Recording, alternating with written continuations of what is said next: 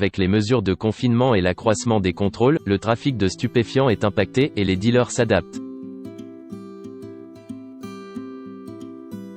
Depuis quelques jours, une question taraude Aurélien.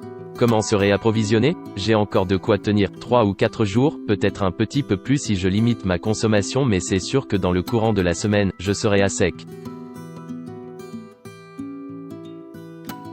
S'alarme ce trentenaire parisien en faisant l'inventaire de ce qui lui reste, un pochon entamé d'herbe et une petite barrette de shit. Le lendemain des annonces présidentielles sur le confinement, il avait pourtant pris les devants et appelé son dealer. Quelques heures plus tard, il était livré au pied de son immeuble. Macron avait annoncé 2 semaines de confinement, je me suis dit que j'allais prendre un peu plus mais je n'ai pas anticipé que je fumerais plus que d'habitude. Voyant ses réserves s'amenuiser, il a tenté de passer une nouvelle commande. Fin de non-recevoir, avec la crise du coronavirus, son livreur a suspendu son activité. Trop risqué. Désormais, il réfléchit à braver le confinement et franchir le périph' pour aller acheter de quoi tenir. Dans la capitale comme dans la banlieue nord où Aurélien compte se rendre, le trafic de drogue a connu un sérieux coup de frein ces 3 dernières semaines. Les mesures de confinement pour limiter la propagation du coronavirus auraient-elles réussi là où les plans stupes ont échoué? Quand tout le monde est censé rester chez soi et que les contrôles de police sont renforcés pour s'assurer que c'est bien le cas, cela n'aide pas vraiment les dealers. Sourit un haut gradé en poste en Seine-Saint-Denis. Dans ce département, considéré comme l'une des plaques tournantes du trafic de drogue en Île-de-France, les plus gros points de deal tournent désormais au ralenti. Ça grenouille encore un peu, on interpelle régulièrement une même personne 3 ou 4 fois dans la journée sur un territoire qui correspond à des points de vente mais cela n'a rien à voir avec d'habitude. Affirme une source policière. Preuve en est, depuis le début du confinement, les saisies se font plus rares et les quantités souvent anecdotiques. Les dealers trouvent des parades. En matière de stupes, les apparences peuvent néanmoins être trompeuses. Si les autorités du département s'accordent pour dire que le trafic a diminué depuis la mi-avril, ils refusent de dresser un tableau trop optimiste. Les dealers trouvent des parades, s'ils ne vendent plus dans les halls d'immeubles, ils le font ailleurs, différemment, insiste ce haut gradé. Désormais, au point de deal classique sont privilégiés les rendez-vous individuels. Certains se sont repliés sur les réseaux sociaux, Snapchat ou Facebook sont devenus d'intenses lieux de trafic. Les enquêteurs spécialisés craignent également d'assister à une accélération de l'ubérisation du trafic de stupéfiants avec des livraisons à domicile.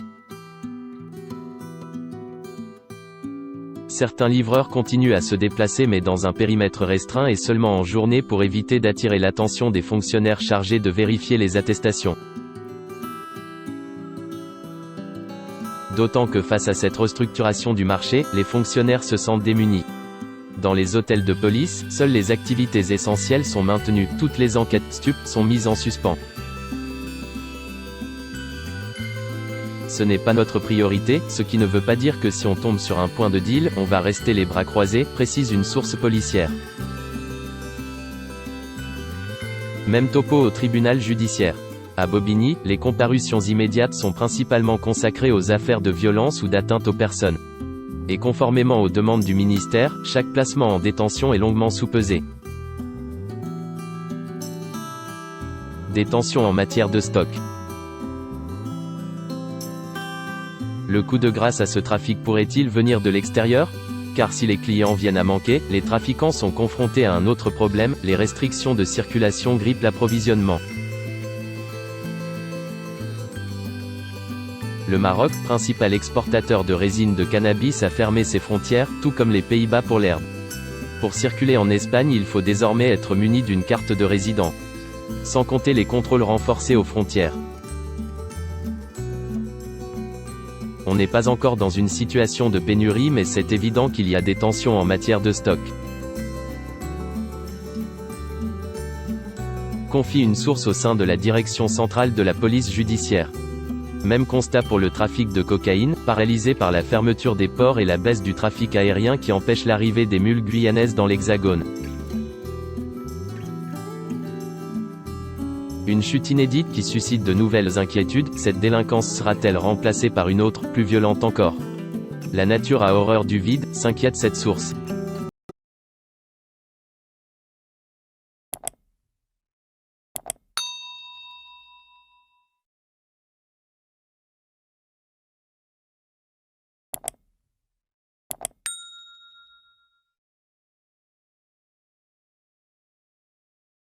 Xin chào mừng quý vị và các bạn đến với kênh tin tức VTV Online của chúng tôi. Hôm nay chúng tôi sẽ đưa đến các bạn những tin tức mới nhất của trong ngày. Và tình hình dịch Covid-19 hiện tại đang lan rất rộng trên toàn thế giới và nước ta là một trong những nước mà có những mầm dịch được hạn chế nhất. Và hôm nay VTV của chúng tôi sẽ đưa đến cho quý vị và các bạn những tin tức tuần tự và các tỉnh thành, các mầm dịch như sau. Và Yên Mô hiện tại là chưa mắc ca Covid nào 19